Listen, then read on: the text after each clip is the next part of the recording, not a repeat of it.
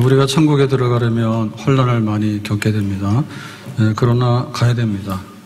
그리고 또 갈 수가 있습니다. 하나님께서 우리의 구원을 시작했기 때문에 구원의 과정과 구원의 마지막까지를 책임지십니다. 베드로는 지금 편지하고 있는데 흩어진 교회들, 비두니아 이렇게 저쪽에 북쪽에 있는 교회들까지 이제 편지를 하면서 지금 환난과 박해가 오고 있지만 앞으로는 더 큰 환난과 박해가 오게 될 것이다. 그러니까 우리가 믿음을 버리지 말고 믿음에 굳게 서서 모든 것을 이기도록 해라. 그렇게 해서 이제 격려하고 있는 것인데요. 그러면 그 당시에 앞으로 벌어질 환난과 박해의 상황이 어떻게 설명되어지는가? 오늘 8절에 보니까 근신하라 깨어라 너희 대적 마귀가 우는 사자같이 두루 다니며 삼킬 자를 찾나니.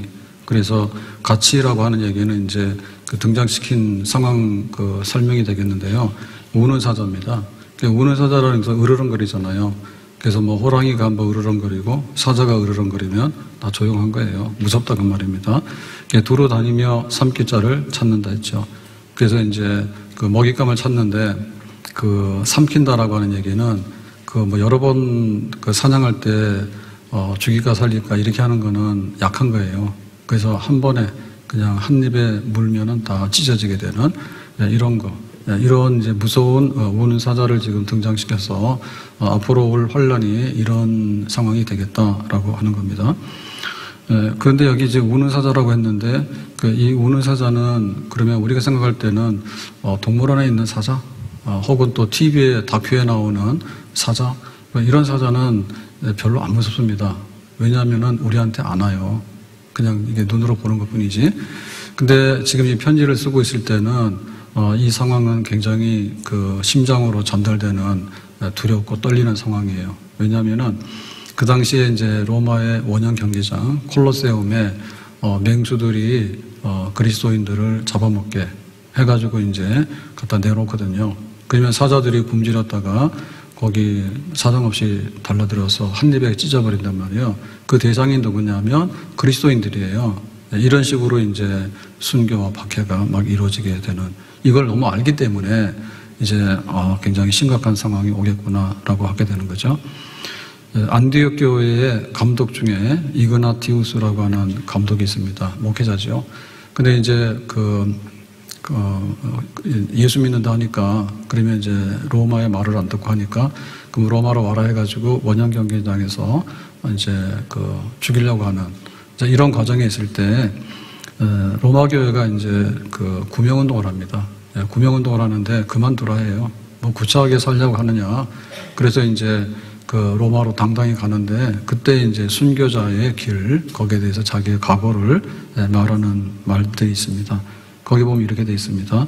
나를 야수들에게 던지라. 여기 말하는 야수는 굶주린 맹수 사자가 되겠죠. 사자 우리에다 나를 던져라. 실제로 그런 일들이 벌어졌습니다.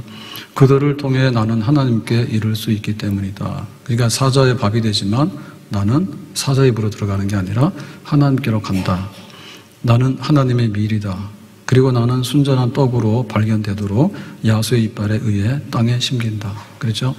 그러니까 이제 이게 사자 입에 들어가게 되는 순간은 하나님께 바쳐지는 떡으로 만들어지는 순간이에요. 그러니까 나는 사자의 먹이가 아니라 하나님께 내 몸을 생명을 제물로 바치는 거다. 이렇게 말하는 겁니다. 불과 십자가와 야수와의 격투에 오라. 오라고 하는 얘기는 내가 겁나서 피하고 도망가지 않는다는 얘기인데요. 불이라고 하는 것은 그 당시에 유행했던 화형입니다. 화형. 폴리가 같은 경우에 화형당했죠. 그 다음에 십자가라고 하는 얘기는 십자가에 매달아서 처형하는 거예요. 그래서 이런 십자가형도 자형이 됐고요. 그 다음에 야수와의 격투라고 하는 것은 경기장에서 맹수들의 밥으로 던지는 이런 거. 자, 오라. 내가 그것을 내가 무서워하지 않는다. 뼈를 비틀고 사지를 난도질하고 내 몸 전체를 짓밟아 으깨는 것. 그렇게 되죠. 나를 공격하는 마귀의 잔인한 고문이요. 라고 했을 때 이 사건의 배후에는 마귀, 영적인 존재들이 있다. 이런 일들이 온다 하더라도 오라 예수 그리스도에게 이르도록 내게 오라. 너희들이 오지만은 사실 나는 예수님께로 가는 길이다. 너희들이 와서 나를 삼키더라도 나는 예수님께로 간다. 그러니까 이렇게 우는 사자 같은 이런 상황들이 이제 벌어진다. 벌어진다. 그리고 실제로 그런 것을 겪으면서 이겨나갔던 믿음의 사람들이 있다라고 하는 얘기입니다. 네, 그러면 여기서 말하는 우는 사자 같이라고 하는 얘기는 앞에 말을 보면 너희 대적 마귀가 그랬거든요. 그러니까 마귀들이 여러 종류가 있는데 마귀의 맨 우두머리는 사탄이 되겠죠. 그래서 이 배후에는 전부 다 영적인 사탄과 마귀의 역사다라고 하는 거예요. 그러니까 우리가 이거를 알아차려야 되는데 사탄은 없어, 마귀는 없어, 그냥 뭐 하는 얘기겠지. 혹은 또 이렇게 하나의 비유적인 거겠지. 설령 마귀가 있다 하더라도 그냥 뭐 살살아 와서 어떻게 하겠지라고 하는 것은 아니다. 그래서 이제 살아있는 우는 사자의 으르렁거리는 거, 이걸로 이제 너희들이 사탄의 역사를 알고 대적해서 이기도록 해라라고 하는 겁니다. 지난 주일날 저녁에 집에서 한 12시 밤 됐는데 화재 경보기가 울렸어요. 저희 집의 7층에. 그래서 우리 아파트에 화재가 발생했습니다. 빨리 대피하시기 바랍니다. 그 방송이 계속 나오는 거예요. 그래가지고는 첫째 생각은 그랬죠. 우리 아파트에는 동이 10개인데 어느 동에서 뭐가 불이 났을까? 그런 생각이 들고요. 두 번째는 우리 아파트를 하니까 혹시 우리 동에서 불이 났는가? 그럼 우리 아파트는 15층이에요. 그러면 여기서 무슨 불이 났나? 이 생각이 들고. 그래서 방송이 계속 나오니까 현관문을 열고 나와봤단 말이에요. 아무도 안 나왔어요. 그래서 이렇게 내려다 보니까 6층에 누가 서 있는데 이 알람 경보가 울리니까 비상 근무하고 있는, 야간 근무하고 있는 이제 직원이 올라온 거예요. 그래서 어떻게 된 거냐 했더니 6층에서 화재 경보가 떴기 때문에 왔습니다. 그러더라고.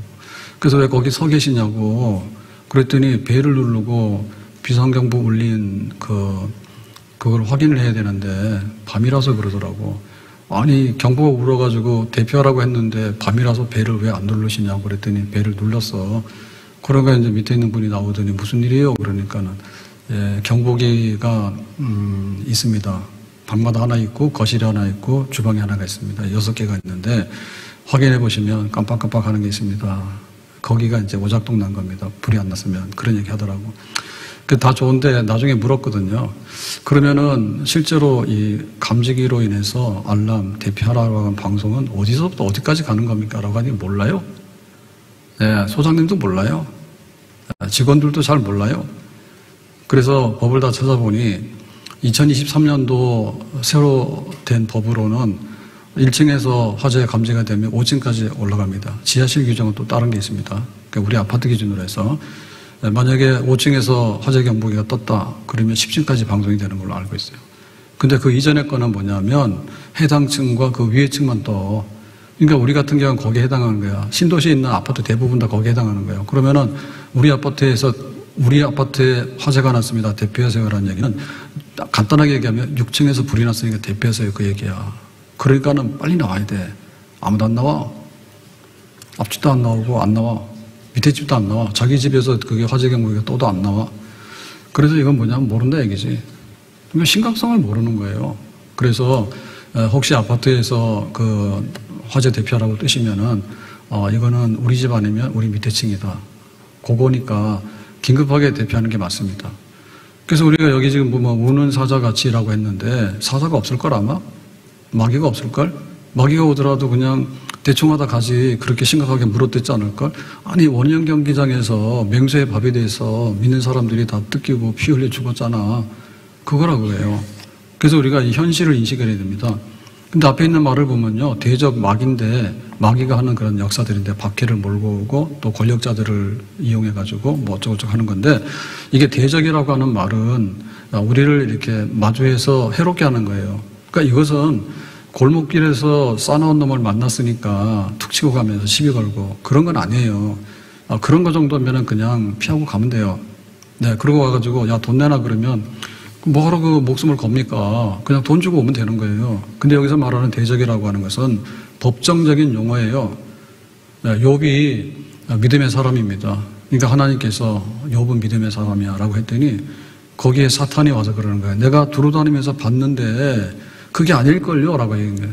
뭐가 아니냐 그랬더니 무슨 이유가 있으니까 하나님을 예배하고 경배하지. 다 꿍꿍이 속에 있는 겁니다.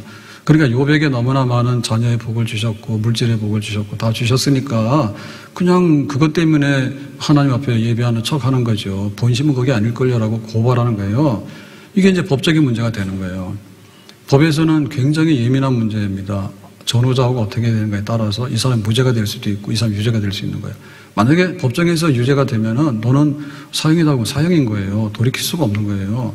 근데 마귀가 와서 참소할 때는 그런 식으로 하는 거예요. 얘는요, 실제는요, 이래가지고 마귀가 참소하거든요. 사탄이. 그래버리면 모든 것이 결정이 되어지는 거예요. 그러니까 우리가 겪고 있는 이것은 정말 마귀가 하나님 앞에 가가지고 얘는 안 돼요. 그러니까 막 다 없애버리세요. 이런 식으로 파괴시키고 좌절시키고 하나님이 하는 일들을 허물게 하는 이런 일들. 이런 일들이 때로는 사탕 발림으로 나타나기도 하고 유혹하는 거잖아요. 잘해줄 테니까 나 따라와. 그러니까 아이들한테는 그냥 잘해준다고 막 따라다닙니다. 근데 좀 안 될 것 같으면 이제 무력으로 협박하는 거잖아요. 굴복시키는 거잖아요. 죽인다 하죠. 그럼 또 굴복해서 따라가잖아요. 하여튼 간에 뭐 사탕 주기도 하고 때로는 막 협박하기도 하고 이런 식으로 온갖 걸 다 동원하는 거예요. 근데 이게 하나님의 법정에서 하는 거기 때문에 매우 심각한 거예요. 매우 심각한 거예요. 사탄이 하는 일이 이렇기 때문에 우리가 이 정체를 알고 여기에 대비해야 된다. 그러면 예수님께서 이 땅에 그리스도로 구원자로 오셨는데 예수님이 우리를 구원한다고 하는 것은 사탄과의 전쟁을 하러 온 거고 사탄에게 잡혀있는 자들을 해방시키기 위해서 온 겁니다. 그게 바로 구원입니다. 그러면 예수님이 이제 그 공생애를 시작할 때 40일 금식 기도를 하게 되잖아요. 그러고는 이제 딱 일었으니까 사탄이 기다렸죠. 40일 동안에 고생했네. 그랬더니 이제 이 배고프니까 이 돌로 떡을 만들어서 먹어라 라고 하잖아. 그럼 뭐라 했습니까? 아니 사람이 떡으로만 사냐. 그래가지고 이제 사탄의 그 시험을 물리치잖아요. 또 이제 공격하게 되죠. 이번에는 성전 꼭대기로 가가지고 여기서 뛰어내리라. 그러면 하나님이 천사를 보내서 딱 잡아가지고 안전하게 다치지 않게 할 거다라고 하니까 예수님께서 뭐라 했습니까? 야, 하나님 왜 시험하냐? 왜 하나님 테스트하고 그래? 안 한다 했잖아요. 마지막에 세 번째 시험은 이제 천하를 보여주면서 이거 다 줄 테니까 나에게 절하라 했죠. 그러니까 사탄이 지금 허락돼서 가지고 있는 권한이 천하를 나름대로 다 움직일 수 있는 그런 권한을 가지고 있어요. 최종적인 것은 하나님이지만 그 중간에서 참수하면서 어쩌고저쩌고 해가지고 막 관할하는 게 사탄의 영역인 거예요. 그 예수님께서 말했어요. 야, 천하가 문제냐? 사탄에게는 절할 수 없어. 하나님께만 절해야 되는 거야. 라고 해서 물리치잖아요. 그러니까 이제 1차적인 전쟁이 이기는 거죠. 그러고 이제 예수님께서 공생의 3년 반을 쭉 살아가시는데 이 귀신 쫓아내는 게 이제 영적 전쟁의 하나의 그 상징이에요. 귀신이 잡고 있는 거를 내보냈어. 그 다음에 이제 병든 사람이라는 것은 다 비정상적인 상태거든요. 병을 고쳤다는 얘기는 정상 상태로 회복하는 것을 병 고쳤다는 얘기예요. 그러니까 예수님께서는 그 마귀와의 전쟁에서 비정상을 정상으로, 그 다음에 흑암을 하나님의 통치의 빛의 영역으로 바꾸는 이런 일을 막 하신다고. 그럼 마지막에 전쟁이 있어야 끝나죠. 전쟁의 끝이. 전쟁 언제까지 할 거냐고. 푸틴이 죽든지 살든지 해야 되는 거야. 그래가지고는 이제 최후의 전쟁이 십자가의 전쟁입니다. 그래서 이제 예수님께서 고난받고 죽으시는데 사탄이 다 동원했잖아요. 거기 가룟유다도 동원하고 그다음에 제사장들이나 그다음에 장로들 동원해가지고 니들이 뭐 기득권을 가지려면 뭐 해라 해가지고 예수 죽이라 했잖아요. 그래서 예수 죽이고 나서 3일 동안은 잔치했죠. 조화라고. 그랬는데 3일날 뒤집어졌잖아요. 예수님께서 부활하셨단 말이에요. 그래가지고 이제 죄와 사망을 이기시고라고 할 때 사탄의 머리를 깨버렸다. 치명적으로 이제 예수가 승리하게 되는 십자가의 승리가 나오게 되는 거예요. 이제 이게 마귀의 전쟁입니다. 그게 마귀의 전쟁입니다. 그래서 예수님의 십자가는 마귀의 전쟁이고 이것은 우리를 해방시키는 것. 우리는 마귀의 포로요. 마귀의 백성인 거야. 끌고 다니면 다 끌고 가야 되고 마지막 어디 갑니까? 사망으로 끌고 가면 줄줄줄 따라가게 되고 그랬거든요. 그랬는데 예수님이 오셔가지고 그걸 석방시켜주죠. 해방시켜준 거지. 그럴 때 하늘에서 사탄이 떨어진다 했거든. 귀신 나가라 그러면 사탄이 하나 떨어지는 거지. 마귀의 역사가 하나 떨어져 나가는 거지. 이제 이렇게 하다 보니까 마귀들이 최후의 궁지에 몰린 거예요. 그래서 지금 저리로서 산자와 죽은 자를 심판하러 오시리라 하는 마지막의 구원 역사가 딱 끝나기 전에까지 사탄은 치명적인 상처를 입었지만 아직도 임의적으로 활동을 하고 있어요. 허락을 받아서. 그렇기 때문에 그 마귀의 역사도 말세가 오게 되면 자기들의 생명의 연한이 끝나잖아요. 그러니까 더 강하게 되는 거예요. 그래서 격렬하게 이제 마귀의 역사들이 있는 거죠. 그래서 이제 마귀의 최후의 발악이 이제 있게 되는 겁니다. 그러니까 그런 상황 속에서 이제 역사는 쭉 흘러가게 되면은 교회는 마지막에 그런 굉장한 박해와 혼란에 직면하게 된다. 그런 얘기입니다. 네, 그래서 이제 이거 우리가 이기고 나가야 되는데 어떻게 이기고 나가야 할 때 이거는 우리에게 하나님의 전신갑주를 무장하게 되면 하늘의 악의 영들과 싸워서 이긴다 했어요. 그 정신 차리면 이길 수 있는 거예요. 근데 만약에 정신을 차리지 못하면은 그거는 지는 거예요. 그래서 믿음의 방패를 가져라. 그러면 불화살도 막아낼 수 있다. 예. 미사일 날라오더라도 반대로 격추할 수 있는 그런 미사일을 쏘면은 막아낼 수 있는 거잖아요. 믿음의 방패로 불화살도 이기는. 그러면 전쟁은 싸워서 이겨야 되는데 공격할 수 있는 무기가 뭐냐라고 하면 말씀입니다. 그러니까 예수님께서도 말씀으로 사탄의 공격을 다 막아냈고 그런 거예요. 그러니까 우리도 그 말씀으로 인해서 그 모든 것을 이기고 나가면은 충분히 이길 수 있는 거예요. 그래서 전신갑주로 무장하면 되는데 뭐 사탄도 없고 뭐 사탄이 있더라도 사탄인지 사탕인지 모르겠다. 별거 아니다. 그건 뭐 상징적인 거다. 뭐 동물원에서 봤는데 가만히 있던데 TV에서 봤는데 재밌던데 사자들이 노는 거 보니까 이런 거 가지고 하면 안 된다. 정신을 차리면 된다. 깨워서 그 다음에 근신해서 깨어라 그랬거든요. 근신하라고 하는 얘기는 자기가 정신을 차리게 되는 거예요. 근신 항상. 그래서 우리가 화재가 언제 나는지 모르지만은 우리가 잠 안 자고 지키고 있으면 안 되잖아요. 그러게 이제 화재 경보기가 또 하고 이제 감지하고 있는 거죠. 그죠? 그렇게 하고 있는 겁니다. 그러니까 우리는 근신해야 되는 거예요. 그럴 리가 없어 라고 하는 순간에 방심해서 안 되는 거고요. 깨어 있어야 돼. 깨어 있는다는 얘기는 집중해서 각성을 하고 있어야 됩니다. 그래야지 우리가 도둑이 들어오더라도 알아차리는 거지 그냥 졸다가 그냥 헛소리하고 이러면은 안 되는 거예요.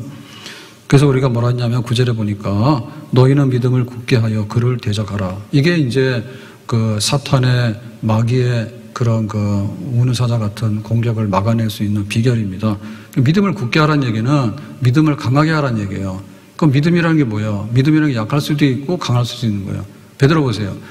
베드로가 처음에 호언장담하잖아요. 다른 사람은 다 주를 버릴지언정 나는 주님을 버리지 않을 겁니다. 라고 하잖아. 근데 막상 나중에 예수님이 산헤드린 가가지고 재판 신문막 받을 때 어떻겠습니까? 예수님 그저 따라갔다가 너 예수님 제자 같은데 라고 하니까 나 아니야 라고 3번 부인하죠. 계집학 앞에서. 그러니까 그 당시에 베드로는 약했어요. 믿음이 굳세지 않았어요. 그래서 누가복음 22장 31절에 보면 시몬아 베드로의 처음 이름입니다. 사탄이 너희를 밀 까부르듯 하려고 요구하였으나 그러니까 밀 까부르다는 얘기는 뭐냐면 채에다 놓고 밀을 흔들게 되면 바람에 날아가게 되고 밀도 그냥 일어났다 앉았다 이렇게 하는 거예요. 이게 뭐예요? 사탄의 장난감이지 막 한다 얘기야. 그래가지고는 베드로가 이제 잘못되도록 하는 거. 그런 거를 사탄이 이제 베드로를 상대로 이제 할 거라고 그러죠. 자, 그러니까 32절에 그러나 내가 너를 위하여 내 믿음이 떨어지지 않기를 뭐 했다고요? 기도하였노니. 그러니까 예수님께서 기도한 거야. 제자들 중에서 베드로를 위해서 기도한 거야. 내 믿음이 떨어지지 않기를. 그러니까 일부 떨어졌는데 다시 이제 일어나서 회복을 하게 되는 겁니다. 예, 너는 돌이킨 후에 내 형제를 굳게 하라. 그래서 베드로가 3번 부인하고 도망갔죠. 그 다음에 이제 갈릴리로 가서 다시 고기 잡고 있었잖아요. 그때는 예수님께 찾아갔죠. 베드로 이리 나와 해가지고 밥 먹자 해가지고 밥 먹고 보니까 예수님이잖아. 그래서 예수님께서 묻잖아요. 네가 나를 사랑하냐라고 하니까 말 못하잖아요. 창피해서 찔리고. 그래서 네가 나를 사랑하냐 3번을 물으니까 내가 주님을 사랑하는 줄 주께서 아십니다. 그럼 네가 내 양을 먹이라 했잖아. 그러니까 그때부터 베드로가 보약을 먹은 거지. 배신자가 다시 회심해가지고 굳센 믿음을 가지고 이제는 십자가에 거꾸로 달려서 죽는다라고 해서 순교기로 가잖아요. 그러니까 베드로 같은 경우에도 믿음을 굳게 했다니까. 그럼 우리도 믿음을 굳게 합시다. 아멘? 사람이 좀 세야 되잖아요. 그러면 뭐 해야 되는 거야? 우리의 싸움은 믿음의 방패를 들어야 돼. 그래야지 우리가 막아내는 거야. 그 다음에 또 뭐야? 말씀의 검을 들어야 되는 거예요. 그 다음에 구원의 투구로 써야 돼. 그래서 뭐 킥보드 타고 막 다니면서 장난을 하는데 이 머리 좀 쓰고 다니라고. 헬멧 쓰라고. 안 쓰거든요. 그거 혼자용이지 둘이씩 막 타잖아. 둘이씩 애들 보면 막 둘씩 타가지고 막 소리 지르고 가거든요. 장난감인데 너무나 위험한 장난감입니다.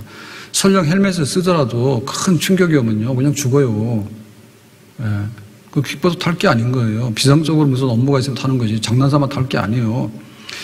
그러니까 우리가 강해야 돼. 구원의 투구를 써야 돼. 그리고 허리띠를 졸라매야 돼. 예? 허리띠를 졸라매야지 힘을 쓰는 거지. 허리띠를 졸라매야지. 살 빼려면 일단 허리띠를 졸라매야 됩니다.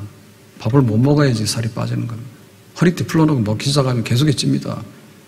예, 방심해서 안 되는 거예요. 근데 뭐 합니까? 그럼 기도해야 되죠. 네, 기도하게 되면 조금 더 믿음이 더 강해지게 되는 거예요. 근데 기도를 점점 안 해. 나중에 아예 기도를 안 해. 그러면 무슨 재주로 우리가 믿음을 더 일으킬 수가 있습니까? 없습니다. 예, 말씀으로, 믿음으로, 기도로. 그렇게 해서 우리의 믿음을 굳세게 재충전해가지고 상대방이 강하면 강할수록 그 강하게 해야지 우리가 싸움이 되는 거지. 우리가 허약해지면 바람이 지나가도 그냥 다 도망가고 겁먹어 버리는 거예요. 그래서 대적하라 그랬는데 대적하라라고 하는 얘기는 싸워라. 그리고 여기서 물러서지 마라 그럽니다. 예, 일본이 임진왜란 때 조선 이렇게 침략할 때 보면은 순식간에 동네 성을 함락시키고 그 다음에 뭐 우리가 알고 있는 문경세제도 그냥 뭐 비오도 쓰니까 그냥 올라와가지고 한양까지 와가지고는 선조는 이제 의주까지 그냥 순식간에 도망가 버렸잖아요. 그래가 전쟁이 끝나는 줄 알았죠. 그때 누가 일어났습니까? 의병들이 일어납니다. 싸우려고 하는 사람들이 일어납니다. 임금도 도망가고 관군들도 다 도망가고 없잖아요. 싸우려고 하는 사람. 바다에는 누가 있어요? 싸우려고 하는 사람이 있어. 대적하라. 이순신이요.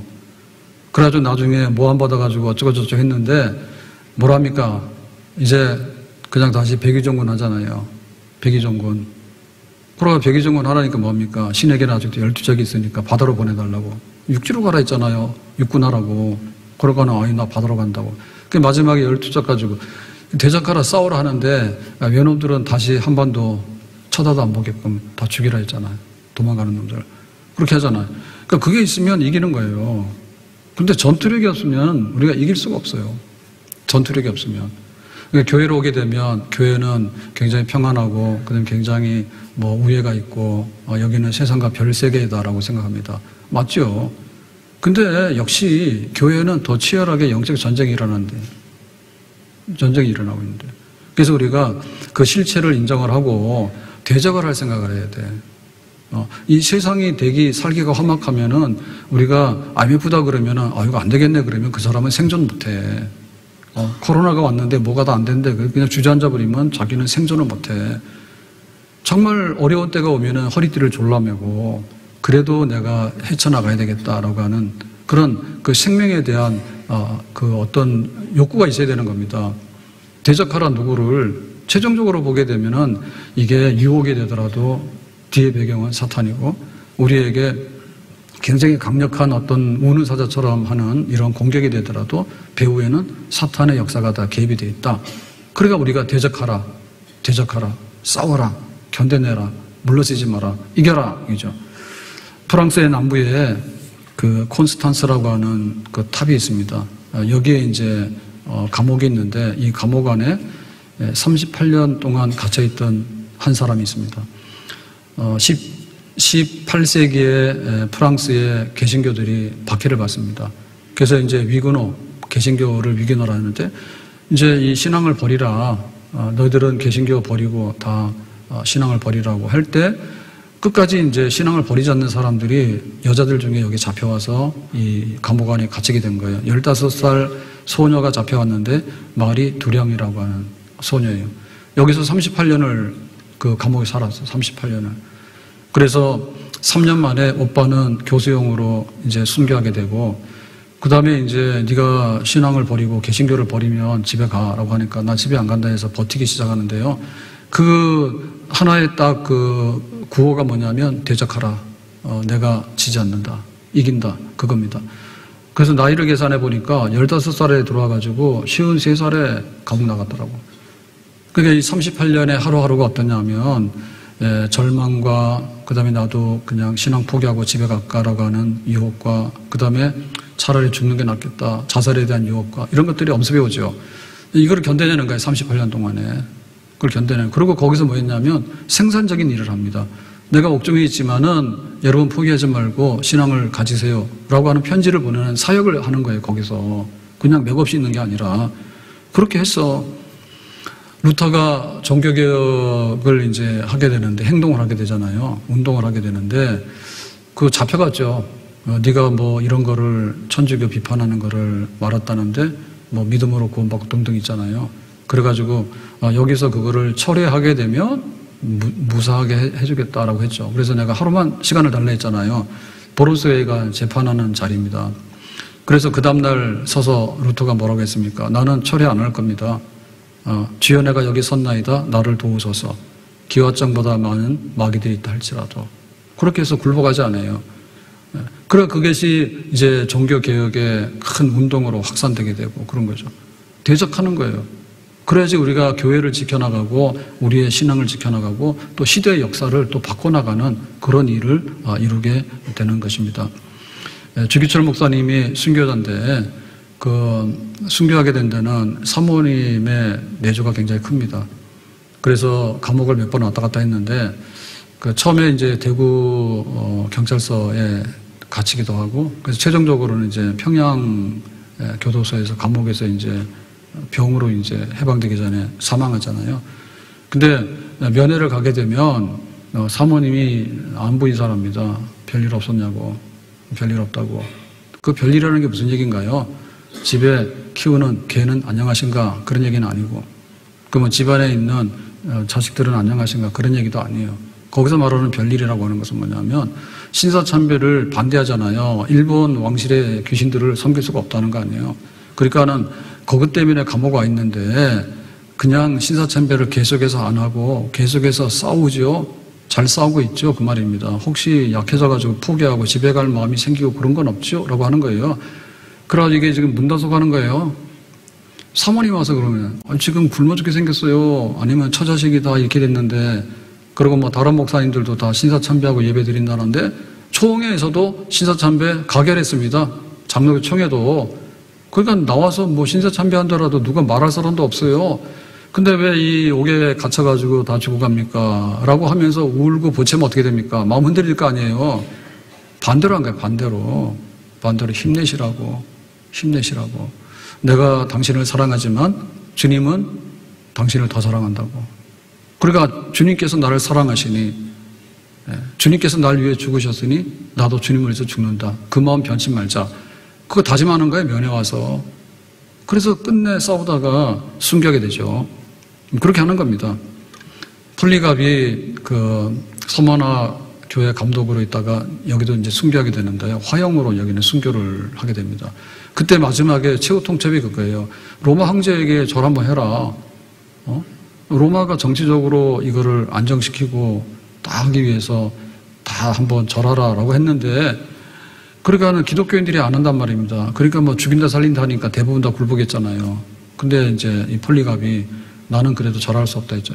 한 번인데 그리고 이거는 국가에 대한 그 로마 제국에 대한 국민의례니까 뭐 영적인 문제 아니지 않느냐라고 설득을 하게 되고 막 이렇게 하는 거죠. 그랬더니 뭐라 했습니까?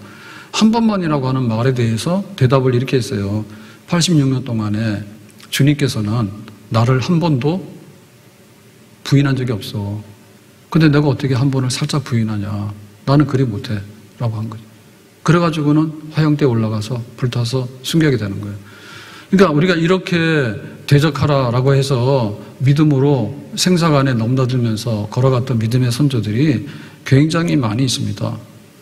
그것 때문에 지금 이 교회가 서 있는 것이고 우리들도 그 믿음을 가지고 지금 그 발자취를 따라가는 중에 있는 것이에요. 그래서 우리가 대적하면서 믿음에 굳게 서야 돼. 그러면 대적하면서 믿음에 굳게 섰던 이 가장 기본은 누구냐면 바로 예수님이 되겠죠.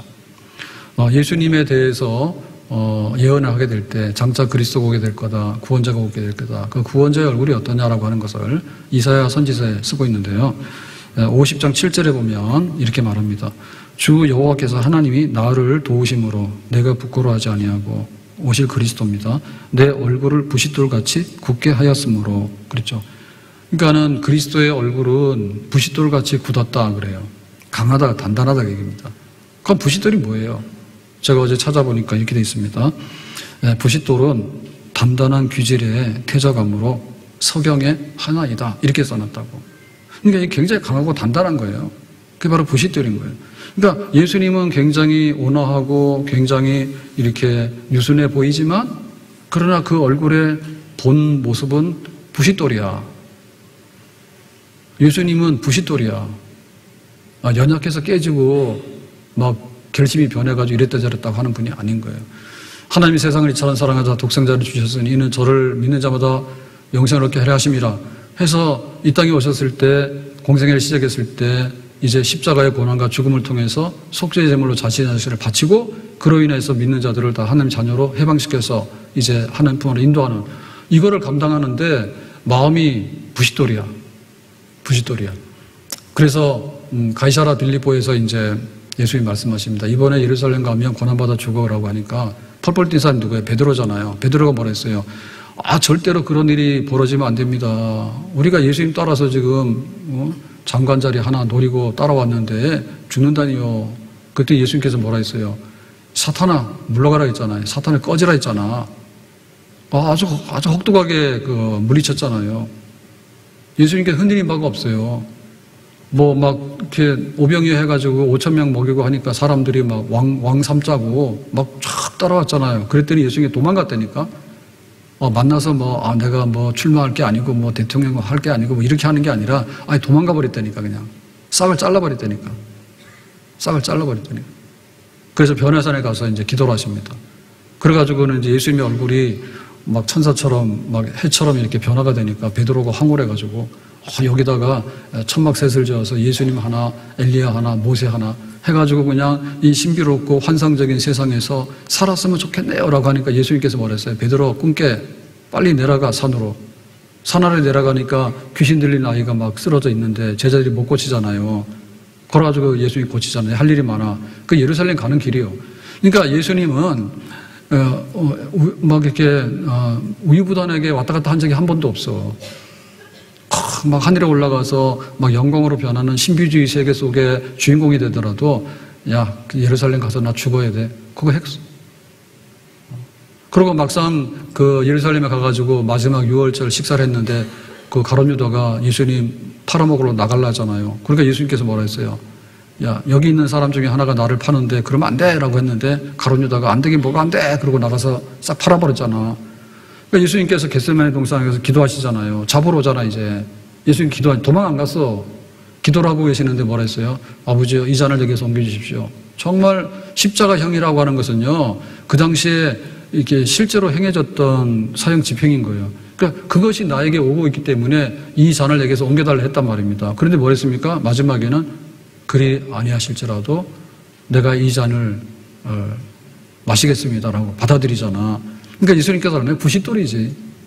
처음부터 끝까지 사탄과의 전쟁을 부싯돌로 강하게 대적해서 이기면서 그렇게 나갔던 것이죠. 베드로도 마찬가지입니다. 베드로도 처음엔 도망갔잖아요. 근데 예수님 찾아가가지고 너 나 사랑해라고 하니까 내가 정말 주님을 사랑합니다. 그러면 네가 내 양을 먹이라니까 십자가에 거꾸로 달리기까지. 베드로는 그 다음부터는 약하지 않았어요. 강했어요. 예레미야 선지자는 하나님이 불러가지고 네가 이제 앞으로 이렇게 예언하라라고 하니까 나는 어린아이인데 이렇게 험악한 예루살렘이 바벨론 군대에서 망한다고 하는 이런 말을 나에게 하라고 하면 내가 어떻게 합니까? 난 못해요라고 징징거리니까 뭐라 했습니까? 너는 노성벽이고 세기둥이 될 것이라고. 그렇게 해가지고는 하나님께서 이 예레미야를 강하게 하시는 거예요. 그러니까 막 욕먹으면서도 바벨론이 망할 거야 라니까 재수없는 소리 하는데 네가 왜 그러냐 해서 막 때리고 가두고 막 하잖아요. 그래도 예레미야는 포기 안 하죠. 가짜들은 와서 그러잖아요. 예루살렘은 영원합니다. 다윗성은 영원합니다. 하나님의 성전이 있기 때문에 영원합니다. 하나님의 택한 백성들은 이방인에게 그렇게 패배할 수가 없습니다. 헛소리 계속하잖아. 그런데 예레미야 뭐라 했어요? 우리가 정신 안 차리면 멸망을 합니다. 그러니까 하나님 앞에 바로 서야 됩니다. 그게 계속하잖아. 날마다 눈물이잖아요. 하나님 내가 왜 이런 일을 해야 됩니까? 하지만은 쇠기둥과 노성벽을 삼았다니까. 그러니까 강한 거예요. 그렇게 이기면서 사명의 길을 걸어갔습니다. 성령이여 금성을 항상 들려주소서. 내 마음은 정했어요. 변치 말게 하소서. 성령이여, 성령이여 금성을 항상 들려주소서. 내 마음은 정했어요. 변치 말게 하소서. 순교자의 본을 받아 나의 믿음 지키고 순교자의 신앙 따라 이 복음을 전하세. 순교자의 본을 받아 나의 믿음 지키고 순교자의 신앙 따라 이 복음을 전하세. 불과 같은 성령이여 내 마음에 항상 계셔. 천국 가는 그날까지 주여 지켜주옵소서. 불과 같은 성령이여 내 마음에 항상 계셔. 천국 가는 그날까지 주여 지켜주옵소서. 불과 같은 성령이여 내 마음에 항상 계셔. 천국 가는 그날까지 주여 지켜주옵소서. 우리가 무엇을 먹고 마시고 입는 거는 태어날 때부터 죽는 날까지 전쟁이에요. 전쟁이에요. 정말 힘들어요. 힘들어요. 이겨내야 되는 거예요. 시대가 여름이면 그냥 여름을 이겨내야 되는 거예요. 겨울이 오면 겨울을 이겨내야 되는 거예요. 위안 터지면은 또 견뎌내야 되는 거예요. 금바지로 팔자면. 전쟁이 나면 어떻게 돼요? 목숨이라도 갖다 바쳐야 되는 거예요. 근데 그것보다 더 근본적이고 심각한 전쟁이 배후에서 역사하는 이 마귀와 사탄의 그 전쟁이 우리 모든 전쟁의 가장 핵심이고 본질이에요. 하나님의 뜻을 어그러뜨리거나 하나님의 교회를 망가뜨리거나 하나님 백성들을 다 훼손시키려고 하는 이런 거, 우는 사자처럼 으르렁거리고 찢으려고 하는 거, 이런 면이 우리가 진짜 싸워야 될. 그래서 영적 전쟁에 이기게 되면은 먹고 사는 문제 이길 수가 있습니다. 영적 전쟁에 이기게 되면은 세상에서 어떤 일이 있더라도 능히 이길 수 있는 줄로 믿습니다. 그래서 근신하라, 깨어라. 대적 마귀가 있는데 우는 사자처럼 두루 다니면서 삼킬 자를 찾는데 정신 빠져 있거나 드러누워 있거나 한국하고 있거나 이러면 다 밥이 되는 거죠. 너희는 믿음에 굳게 하여 그를 대적하라. 믿음에 굳게 서서 대적하게 되면 주께서 우리에게 힘을 주심으로 인해서 능히 감당할 수 있는 줄로 믿습니다. 오늘 나를 이기고 세상을 이기고 죄악을 이기는데 제일 마지막에 있는 최후의 우리의 대상은 마귀예요. 영적인 흑암의 세력들이에요. 우리가 영적으로 바로 서서 내 삶을 다 세워나가고 우리 가정과 교회를 지켜나갈 수 있는 이런 삶을 살아갈 수 있기를 주님의 이름으로 축복합니다. 기도하겠습니다. 오늘 주신 말씀과 같이 우리가 영적 전쟁의 승리자가 되기를 원하고 최후의 고난과 박해 가운데도 이기는 저희들이 되기를 원합니다. 예수님의 이름으로 기도합니다. 아멘.